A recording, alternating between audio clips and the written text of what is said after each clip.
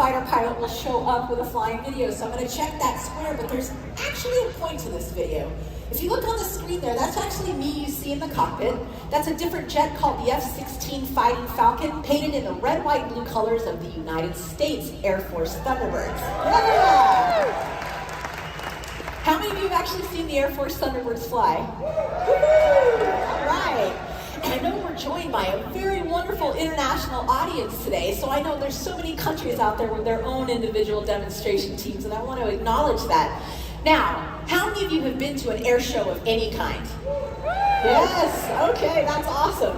So when you go to an air show, the air show comes to town, it's exciting, right? It's on television, it's in the newspaper, it's a patriotic event, it's a family event. People are excited, right? There's funnel cake and warm beer, like people are happy. And I get asked a lot, Nicole, what was the best part about being a Thunderbird pilot? And they think I'm gonna say the flying, or the travel, or all the famous people and celebrities I met, but none of those are the answer. When people ask me, Nicole, what's the best part about being the Thunderbird? The answer is this. The best part would happen after we landed. So we would do loops to music for 30 minutes, we would land, and we would walk over to the autograph line or the audience, where we would sign autographs, answer questions, chat, take selfies, all of that. And it was really odd to me because in the 2 years I flew air shows, there was a certain theme that always came up from the audience. Always from adults, never from kids. People would look at me with a straight face and be like, wow, you're a fighter pilot, that's cool. You're an Air Force Thunderbird pilot, that's elite. Then they'd look at me like I'd grown a third eye. You're a woman Thunderbird pilot, like I don't even know what to say about that. And then with a straight face, people would literally say things like, Nicole, you must be different than the rest of us. Nicole, you must somehow be naturally gifted. My personal favorite. Nicole, the path in front of you must have just been smooth. And I would smile and demur because I think they were trying to pay me a compliment, but inside I'm thinking, you have got to be kidding me, right?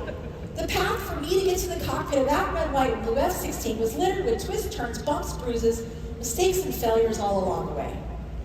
So the lesson that I learned a long time ago that I want to share with you today is this.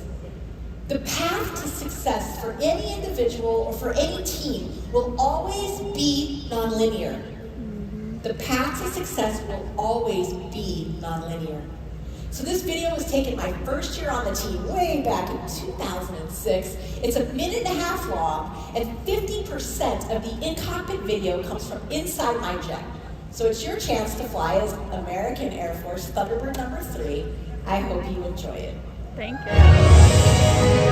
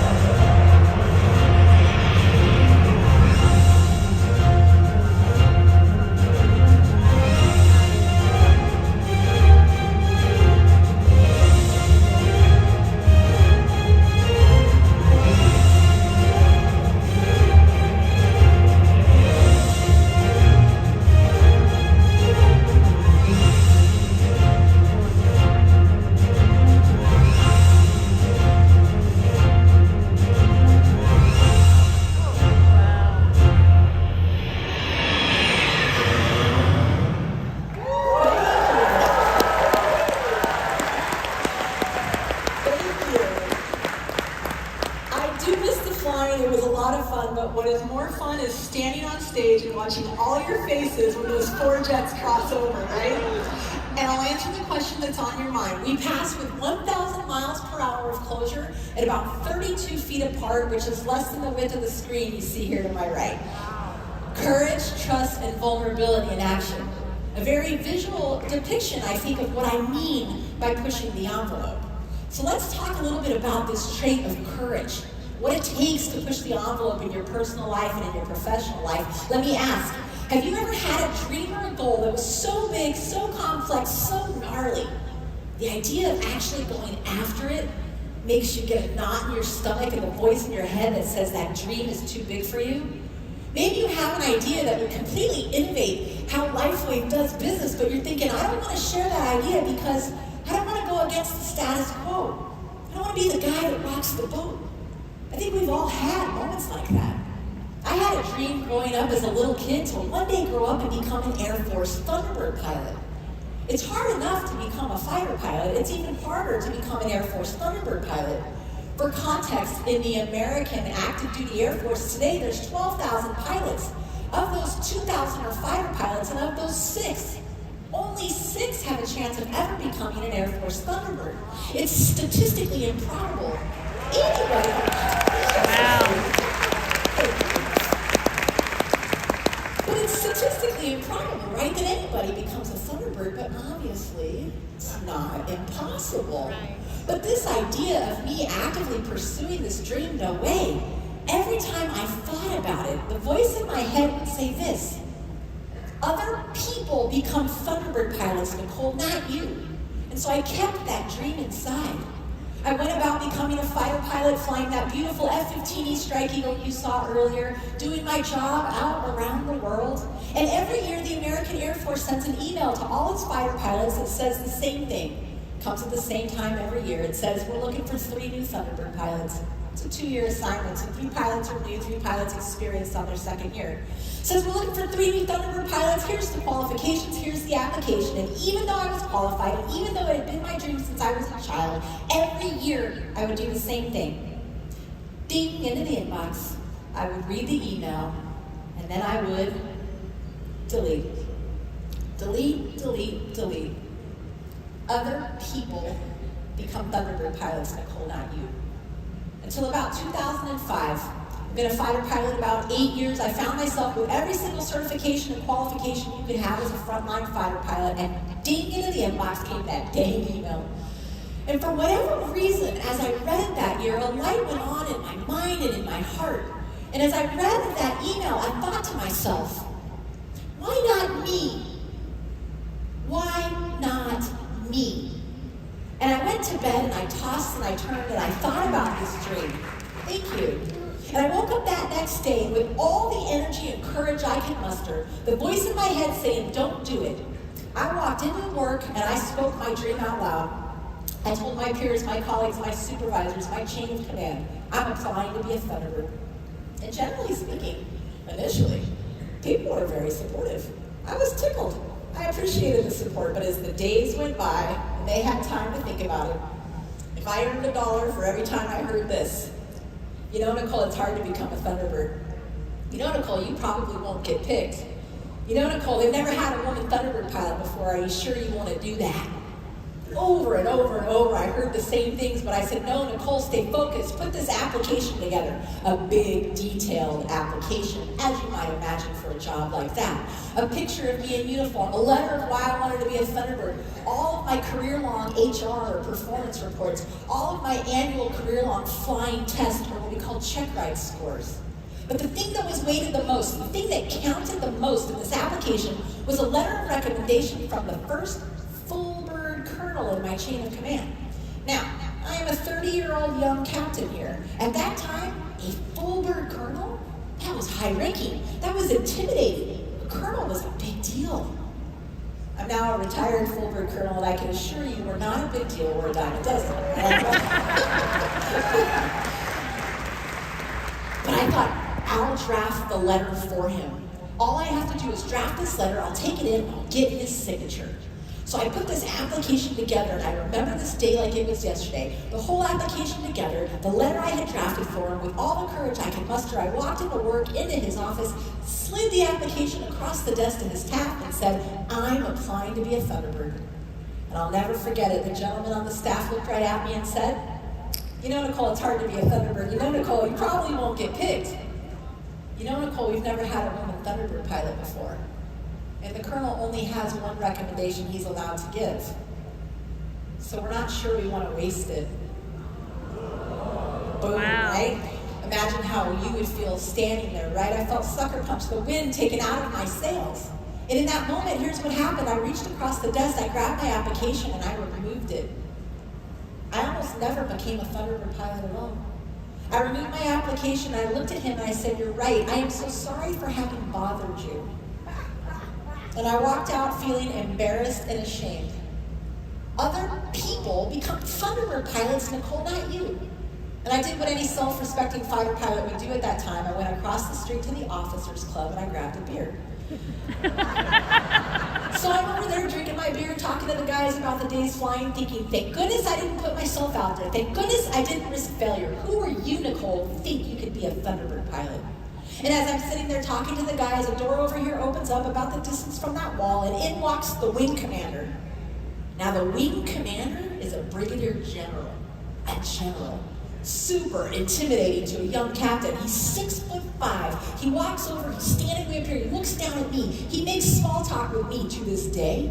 I have no idea why he came over to talk to me, and I don't really recall what we were talking about. I just know I was intimidated. So he's talking to me, I'm talking to him, and in that moment over walks my immediate supervisor, a guy by the name of Dan Debris, call sign Trash. Trash Debris. No. That's where call signs come from, okay? So Trash comes over all excited. He says, General, did you know Nicole's applying to be a Thunderbird? I'm thinking, oh no. Neither of them knew I had decided to remove my application. In that moment, the general looks way down at me and he goes, that's great, Nicole, how's your application going? I took a swig of my beer, I looked way up at him and I said, you know, sir, it's hard to be a Thunderbird. You know, sir, I probably won't get picked. You know, sir, they haven't had a woman before, so I don't want to waste anyone's time.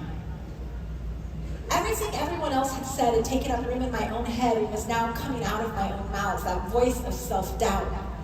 And in that moment, General Mark Matthews gave me one of the single greatest pieces of advice, and I want you to remember this the next time you're nervous about dreaming big, the next time you've got that innovative idea but you're a little hesitant.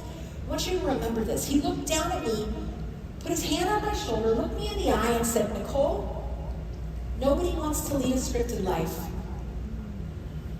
Nobody wants to lead a scripted life.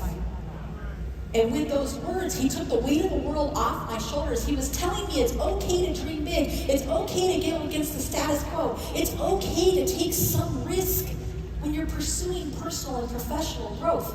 And it's not so much he's telling you and me to write ourselves into the script. Hear what he was saying. Don't you ever write yourself out of the script. And as friends and teammates and leaders in here, don't ever write anybody else with their wild ideas out of the script either. Nobody wants to lead a scripted life. And it's a reminder, too, of talent management. Where are you looking for talent and ideas as you grow your teams and as you network? Because I guarantee you, nobody saw me coming, or anybody like me, right? Thank you. Nobody wants to lead a scripted life, and I get asked a lot, Nicole, did you ever get the letter of recommendation from the colonel? No, I did not.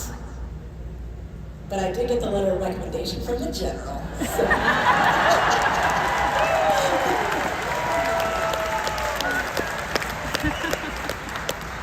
Let's talk a little bit about this trait of trust, the type of trust you need to push the envelope as an individual and to take your teams to that next level of performance, right? So I go through this application process. I get picked as one of 6 elite Thunderbird pilots. I'm at the height of my qualifications and certifications. I am super excited to show up to that base on the very first day. I want to go fly, right? And I remember walking onto the base, this giant, beautiful red, white, and blue hangar. I walk in super excited, 30 years old, fighter pilot, Thunderbird. I walked in and I said, hi, I'm Nicole Malachowski. I'm ready to go fly. And I was met with nothing but silent stares by all the people in the hangar. I thought, well, maybe they didn't hear me. I said, hi, And I'm Nicole Malachowski, people are gonna go to air shows to watch me fly. I'm ready to go fly. And I'll never forget, the senior enlisted gentleman looked right at me with a straight face and said, quote, "You don't get to touch our jet until I say you can." End quote. Woo, rough first day on the job, right? I walked back, I kind of looked at him, he says, "You don't get to touch our jet until you get to know each and every one of us, our names, our spouses' names, our kids' names, our hometowns, our hobbies. Further, you, Miss Pilot, need to go do a little mini internship with every single other career function on this team, so you have a better understanding of where you fit into this highly interdependent puzzle. So you have a better understanding how if you don't do your job to the highest level of excellence, it impacts us, and how if we don't do our job to the highest standards, it impacts you." You see, the Thunderbirds were 125 people from 25 different career functions who came together to make that elite mission happen, and all it took was one of us. Just one. Not doing our job to that highest expected standard of excellence, and that entire elite mission would fall apart. The Thunderbirds taught me a very valuable lesson very early on, and it is this: nothing of significance is ever accomplished alone. Nothing of significance is ever accomplished alone. And I will tell you something I just learned about Lifewave over the last few weeks, the last few months. I've been hanging out doing reconnaissance in the atrium at the bar. I talked to some of you, yeah I did. What you do is significant. You empower people to live in the light. You help people maximize their human potential, right? We live well and young. You guys are phenomenal. What you do is you help people physically, mentally, and I even say spiritually. What you do is significant. And it takes all of you moving in the same direction to get this mission done. Nothing of significance is ever accomplished alone. And for 3 weeks, I didn't fly. Ugh, torture for a pilot. I turned wrenches with the crew chiefs under the jet. I learned about the budget, public affairs. I learned about logistics. And after 3 weeks of no flying and learning about everyone else, then and only then did they let me touch that jet. And I remember that first day I went flying. I walked out into that bright sun on that hot Las Vegas, Nevada day, because that's where the Air Force Base is. Yeah, Vegas. Walked out in that hot Las Vegas sun, out to that red, white, blue F-16, super excited. I start to do the walk around. The walk around is the first thing a pilot does before they go fly. They're checking to make sure the aircraft is safe and airworthy. You've seen your airline pilots do it. You look out the window and she's walking around making sure the wings didn't fall off overnight, there isn't a fuel or an oil leak. I've been flying since I was 12. I've been a fighter pilot for 8 years. Instinctually, it's the first thing I do. I start to do that walk around, and as I approach the jet, I'm met by these 2 crew chiefs. Nate on the left. He jumps between me and the jet, puts his hand up and goes, "Man, what are you doing?" I said, "I'm doing my walk around like I always do."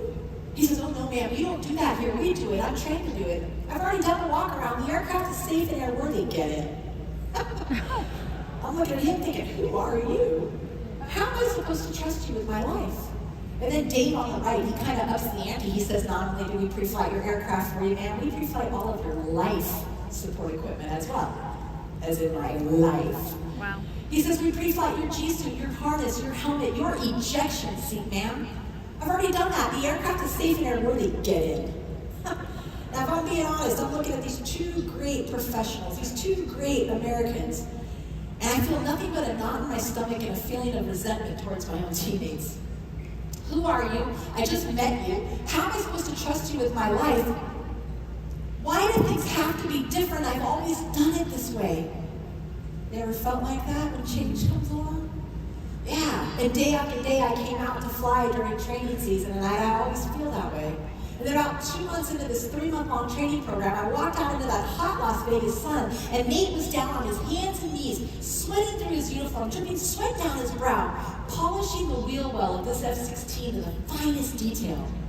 And it hit me as I looked at him. He takes as much pride in doing his job as I do. He takes as much pride in doing his job as I do. The next time you're working in that team environment, maybe you've got a little bit of tension, you're kind of having one of those moments. I want you to remember this story. Pause, take a deep breath, step back, afford that teammate a moment of grace, and look at them and think to yourself, they take as much pride in doing their job as I do. And Dave on the right, he had a really, really important job. He was 6'6" tall, 250 pounds. I would climb into the cockpit. He would climb up the ladder, look down at me, and his job was to strap me into my ejection seat. Think about that. Dave Batterson. The only thing standing between life or death should something catastrophic happen to me in the aircraft. Dave would climb up that ladder, he would strap me into the ejection seat, he would check those connections, I would double check, he was checking those connections, right? And he started doing this cool thing before he went down the ladder. He would reach out his hand to me and we would clasp hands. And he would yell at me very enthusiastically, rock and roll, 3. Rock and roll, that meant have a good flight. 3, that was me, my name, my position on the team. And day after day we did this. About 2 months into this training program, I had another trust aha moment. He climbed up the ladder, he strapped me in, rock and roll, 3. And for the first time ever in my 8 years as a professional fighter pilot, I looked up at my crew chief and spontaneously said, thanks for letting me borrow your jet. Thanks for letting me borrow your jet. Now, how is it I had gone my entire career as a professional fighter pilot and I had never stopped to acknowledge and show gratitude to the very people who enabled and empowered and resourced me to do what I do every day? When was the last time you stopped? As brand partners at Lifewave with your teams, as people back home with your families and communities, to acknowledge and show gratitude to all those who enable and empower and resource you to do what you do. A lot of times we think this, there you go.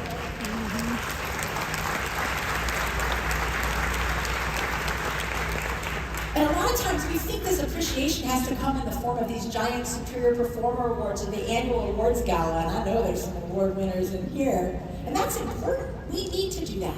But what I'm talking about here are those small moments, those day-to-day appreciation that says, I see you, I appreciate you. Maybe it's those words, a quick email, a phone call, my personal favorite, a handwritten note. Because it's in these moments of simple and daily appreciation that trust on a team is built. And with trust, you will get loyalty. And with loyalty, I promise you will always get increased measures of performance. And I want to pause right now to show you how it's done. Appreciation is simple. I'm on a stage in front of 1,000 new friends right now. Thanks to the amazing AV production team that you don't see behind the scenes and sitting over there. I want to say thank you to them. Thank you. Let's keep on going.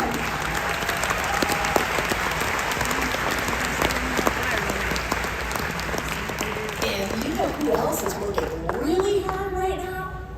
The 11 foreign language and our ASL's translators up here. So let's give it up for the 12 translators today. I see these translators, I appreciate these translators. My friends, it is that easy. Take the time to acknowledge and show appreciation. Now, one of the things, if you can go back a slide to the six jets there, one of the things that I loved the most, of course, was, let's see, there we go, the formation here. This is called the Delta Formation. It's the only time in the show that all 6 jets get together. It's my favorite formation. Think about it, 6 jets flying at 500 feet, 500 miles an hour, upside down, 3 feet away from each other. It is extraordinary. And I had never flown with these 5 other pilots before. They were just regular fighter pilots who got picked through the same hard process. We got picked, crammed together, and told to go do this. Right? It's pretty extraordinary. Earlier today, I was talking to one of your brand partners here. Her name's Jerry. I can see her over there. Jerry from North Carolina. Hey, Jerry. Jerry and I were talking. It's kind of like, hi, Jerry. Nice to meet you. Let's go fly at 500 feet, 500 miles an hour, upside down, 3 feet away from each other. Are you in? That's asking a lot. And the number one question I would get asked was about this formation. And the number one question people would ask me was this, Nicole, what does it take to build that level of trust? What a fantastic question. Nicole, what does it take to build that level of trust? And people think I'm going to say, well, we have a training syllabus, it's 3 months long. Just like you have a training program to bring people into Lifewave. They think I'm going to say, well, there's certain process and procedure, minimum altitudes, maximum airspeeds, just like I'm sure you have process and procedure at Lifewave. They think I'm going to say something like, I don't know, like there's certain certifications and qualifications you need as a fighter pilot to do this, just like there's certifications and qualifications and different levels of experience at Lifewave. And all of those things are true, but none of them get to the heart of the answer. When people ask me, Nicole, what does it take to build that level of trust? The answer is this. You build trust by being trustworthy. You build trust by being trustworthy. A lot of times on teams, and I know I have done this, so I'll be vulnerable. A lot of times on teams, right, we look at people and we go, I'm not sure I can trust that guy. That gal, she needs to prove to me that I can trust her. I could do it faster if I just did it myself. You ever felt that way? Yeah. I'm here to say elite performing people like you, the elite teams that you're leading, Lifewave, think of trust differently than that. Trust doesn't come to you from other people on a team. Trust emanates outward from your actions, your decisions, and your behaviors. You build trust by being trustworthy. Each and every one of you in here called to a very specific role. I was Thunderbird number 3, right wing. You got the leader there at the top, David Schmidt, right? Setting the vision, setting the direction, setting the speed, each and every one of you, his wingman, fulfilling a role. I was immediately down into his right, number 3. I had to be the best number 3 I could be, each and every one of you, fulfilling a role because of your unique strengths, your unique skill sets, your unique experience levels. If I was sick, that spot went empty. If my jet was broke, that spot went empty. It's not as simple as just swapping the right wing to the left wing position. Those are 2 completely different skill sets and maneuvers. I had to be the best number 3 I could be. And I had to let my teammates do the same. All of you given a certain level of accountability and responsibility. I was given a 3-foot bubble of accountability and responsibility, right? I could go up and down 3 feet, left and right 3 feet, forward and aft 3 feet. And as long as I did that and everyone else on my team did that, that's how that formation came together in alignment. Everyone going in the same direction behind the leader. Plus or minus 1 degree of heading, plus or minus 1 to 2 knots of airspeed. You build trust by being trustworthy. You need to be so good, so dependable, so reliable, that if anybody on your individual team across Lifewave writ large, and most importantly, one of your customers or clients has a question about what it is you do, you want them to instinctually pick up that phone and call you. You build trust by being trustworthy. Now there's something else I think about when I look at this formation. It's the last thing an American Air Force fighter pilot says to their wingman before we go fly. And I don't care if it's in training, in combat, or an air show. The last thing I say to my wingman as a leader as we step out to the jets is this.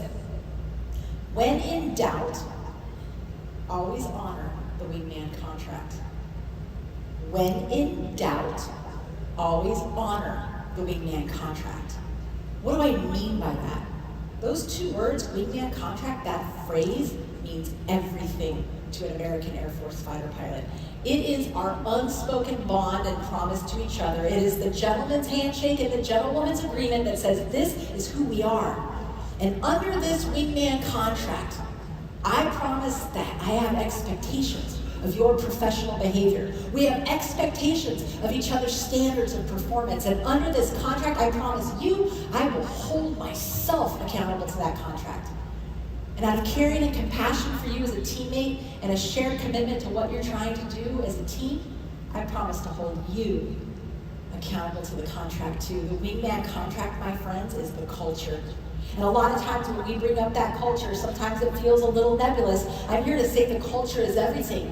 It's that foundational agreement you have in Lifewave, whether you're serving in Texas or and out there in Ireland or anywhere in between or on this big globe, this big international group you have. You are committed to each other and you come together at events like this to recommit to that wingman contract.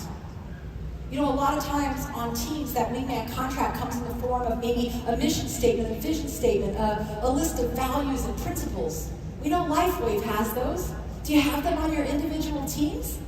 What does it look like? What is that promise? What is the expectation of each other's performance? Have you translated it? Have you committed to it as a team? Is there a way to hold each other accountable? A wingman contract is vital for a team because it applies to everyone equally, from the newest, youngest intern, hire the brand new person, all the way up through all of you, all the way to the CEO, David Schmidt, and everybody in between equally. Why does it matter? Because a wingman contract will enable and empower people at all levels of an organization to make independent, agile decisions at the exact time and place that it's needed that will always be in alignment with where this Lifewave team is going. Ask yourself, is what I'm about to do in alignment with the Lifewave Wingman contract? And if it is, move out. And move out with confidence, knowing you're going in the right direction, because we don't have time to call a meeting every time a decision needs to be made. We don't have time to hold another Zoom call or answer another email, right? A Wingman contract is about efficiency. It's about empowering your teammates to be agile at the time and place that your customer and clients need it, right? And what is that Lifewave Wingman contract? It's in your 4 values, right? It's in your brand pillars.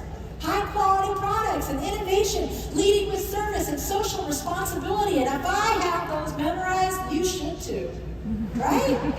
Yes. Ask yourself, is what I'm about to say or do in alignment with the Lifewave Wingman contract that you are committing to here at these events, and indeed move out with confidence after that. Now, one of the hardest things I had to learn how to do as a Thunderbird pilot was learn to fly like a Thunderbird pilot, because we don't fly like this in the regular Air Force. And we have a 3-month-long training program, and it's crawl to walk to run. Starts out easy, gets harder. So when we started training, we would fly this formation on the left. It's called diamond formation. I loved diamond formation. I was good at diamond formation. I was comfortable in diamond formation. And we would try to learn new maneuvers from diamond formation. We'd try it 10 or 20 times. Light bulb would go on. We would move on with the syllabus, which got harder and harder until I met my nemesis, the formation on the right. I don't even like looking at the picture to this day. I never liked that formation. It's called trail formation. There's 4 aircraft stacked vertically on top of each other. Do you see all 4 aircraft?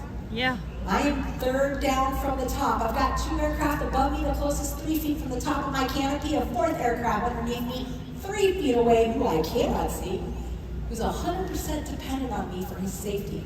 Now, one of the reasons I did not like trail formation is as we are stacked vertically on top of each other, all it takes is one pilot, just one, letting off by 0.1 the force of gravity, and then entire formation can collapse on itself.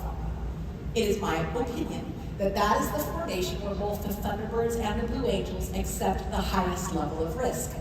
We were trying to learn a maneuver from trail called the trail to diamond roll. It's just like it sounds. We're all going to be in trail. We're going to roll to the left. We're going to end up in diamond formation. What you need to know is it's the single hardest maneuver for the number 3 position to fly. Out of sheer aerodynamics, I have to roll more, pull more than anybody else in order to make it happen. In fact, it's so complex, so difficult, so high risk that as of 2 years ago, the Air Force Thunderbirds no longer fly this maneuver.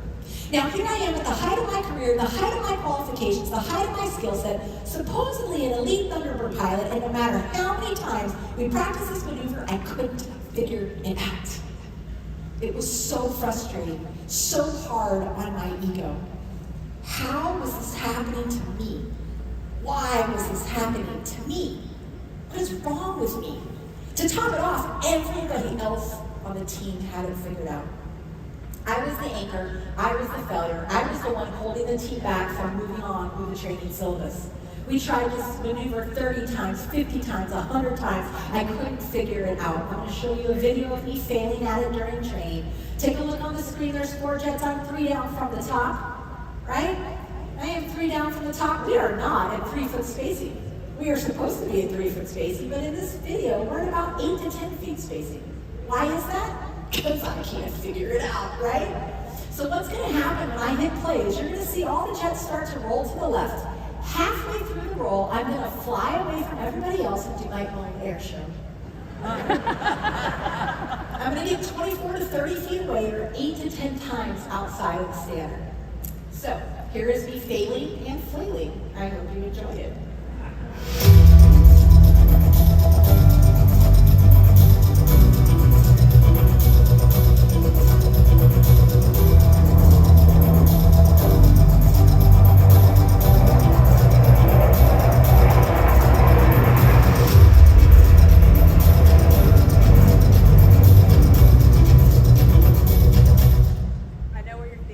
You're probably thinking, Nicole, that looked pretty good to me, right?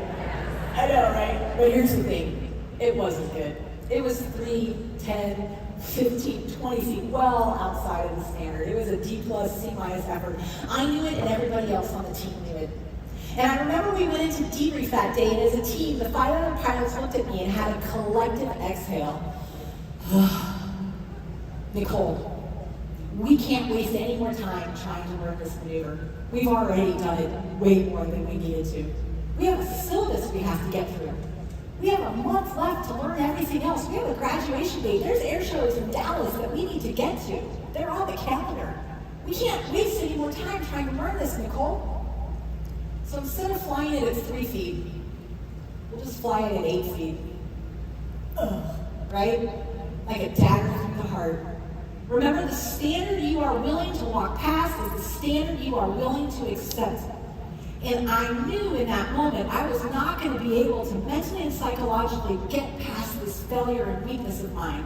And I remember this day like it was yesterday. I remember taking a deep breath and saying the 3 hardest words in the English language for some reason.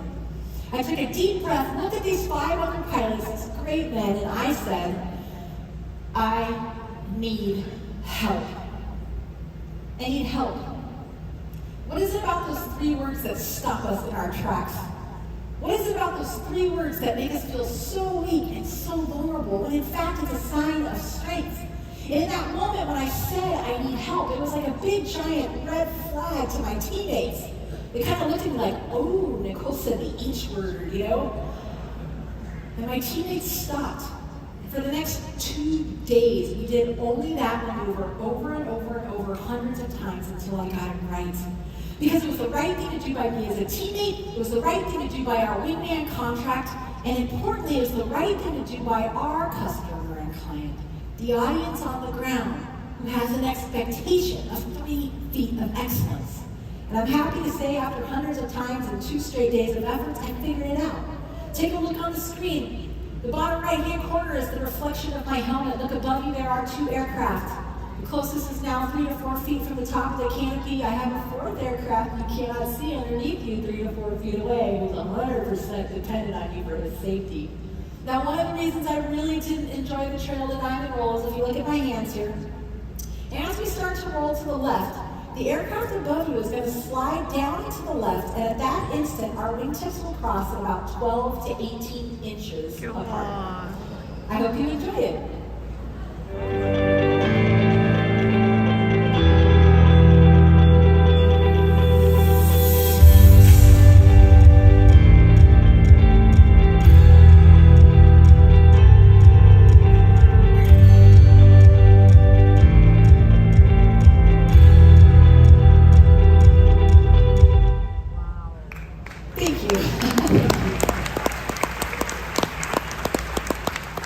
And it felt good to get it right.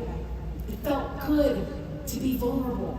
That's part of the pushing the envelope mindset. The lesson here for you and me is very simple, my friends. You are never too experienced, too good, too certified, too qualified, too high up in the Lifewave org chart, right? To ask for help when you need it. And it is never beneath any of us in here to offer help. Never from a place of judgment or shame, but always from a place of caring and compassion for this brand and a shared commitment to what you are trying to do here. Ask for and offer help. I got one last story to share with you today. It hits on this idea of vulnerability as well. One of the hardest things I had to learn how to do as a Thunderbird pilot was learn to stay in formation when we encountered turbulence. Turbulence being a metaphor for change. Turbulence being a metaphor for the headwinds that we all experience in our personal and our professional lives. They are bound to come along, these challenges, right? We all experience them.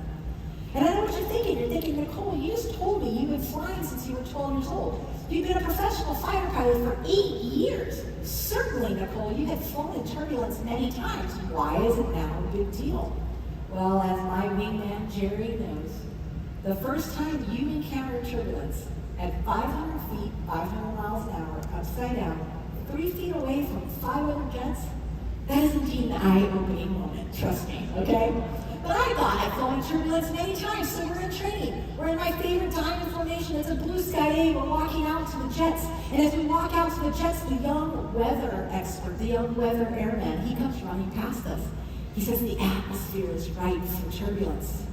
I thought, okay. You know, as a pilot, I find turbulence fascinating, right? We have weather models that will tell us when the atmosphere is ripe for turbulence, but we can never predict exactly when turbulence will happen, how severe that turbulence will really be, and how long that turbulence will last. Does that sound familiar? That's life, right? But I'm thinking, okay, it's right for turbulence. I've flown in turbulence many times. So we're out there flying along, the sky is smooth, I'm having a good time, and boom, we hit that turbulence. And the second we hit it, my whole body tensed up, and instantaneously I started to grip the stick really hard. And the turbulence would bump and try to force me out of position. So I would put an input in to fight to stay in position. The turbulence would bump again, and I would put in another input. I was trying to fight the turbulence, to control the uncontrollable. And with each input, the input got bigger and bigger and bigger until I got into something called a PIO, or a pilot-induced oscillation. It makes for a very ugly air show. It is impossible for your teammates to fly next to. And in fact, I was making things worse. But isn't that our instincts as human beings when change and headwinds and hardships come along? Do you ever try to resist that change? Do you ever try to control the uncontrollable? I say that's a very inefficient use of your limited time, talent, and treasure. But there I was, fighting the turbulence, fighting to stay in. When we landed that day, I wiped the sweat from my brow, and I remember thinking, thank God I didn't hit anyone. Literally, I thought that. We got into the debrief that day. The pilots looked at me again, exasperated exhale. The number 4 pilot on the team, he's the number 4 pilot right here. All right? He's on his 2nd year. He's the experienced pilot. He's the wise one. He's my instructor. He's also the guy that flies underneath me. His name is Steve Horton. The man that flies underneath me, also known as the man who sees all of my mistakes. He said, Nicole, what were you doing out there? You were all over the place. I couldn't fly next to you. I said, Steve, I was fighting to stay in position. I was fighting the turbulence, Steve. I was doing my best. And I'll never forget this day like it was yesterday. He's still a very good friend of mine. He looked at me with the biggest smirk on his face, and he goes, oh, we forgot to tell you the secret. And I looked at him like, what? And he goes, we forgot to tell you the secret for how to stay in formation when we encounter turbulence. Would you like to know the secret? I looked at him like, yeah, bro, information I could have used yesterday. He says, the secret is this. We promise each other as a team that when any one of us encounters turbulence in our own jet, regardless of what position we fly in, regardless of what formation we're in, regardless of what maneuver we're about to do, when any one of us encounters turbulence in our own jet, we will immediately loosen our grip. The answer, Nicole, is to loosen your grip. Mind blown. The exact opposite of my instincts 3 feet away from other planes as I'm fighting to not hit anybody and to stay in position, and the opposite of our instincts as human beings when change and turbulence comes along. So I went home and I thought about it. Steve Horton, the number 4 pilot, the experienced guy, he must know what he's talking about. The next day we go out, it's a blue sky day, favorite diamond formation. The young weather airman says the atmosphere is ripe for turbulence. Taken a lot more seriously this time. We're out there flying along and it is all nice and smooth, and finally, boom, we hit that turbulence and I start to tense up on the stick again. But I thought, no, Steve Horton, he's like the Yoda of the team. Loosen your grip. And I let go with 1, 2, 3 fingers. And guess what happened? Yeah, I stayed in position. The whole formation stayed in alignment. And eventually we exited the turbulence. Because turbulence doesn't last forever.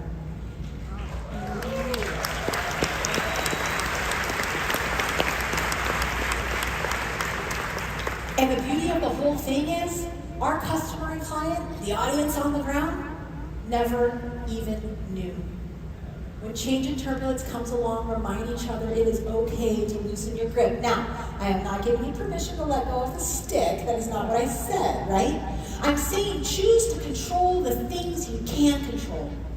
Proactively choose to be efficient with your limited time, talent, and treasure. It is okay to loosen your grip.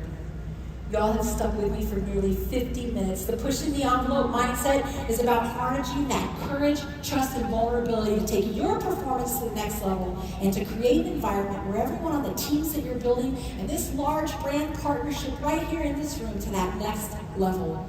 If you're wondering what it is we talked about, my friends, this is it.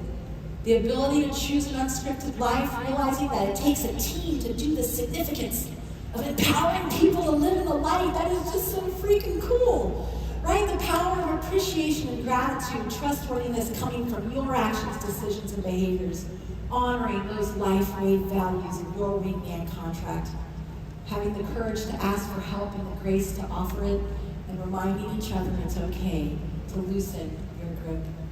I'm going to leave you with last photo, my favorite photo from my whole career. I hope that if you guys have questions, if you would like to continue the conversation with me, I would love nothing more. If you want to make me look cool in front of my kids who follow my Instagram follower account, please feel free to follow me on social media. I don't want this to be a one-off transaction.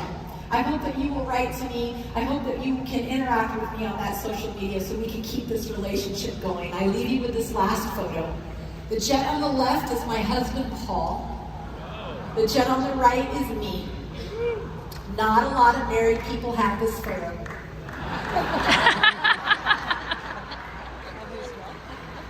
Paul and I have been married 23 years last week, and I can assure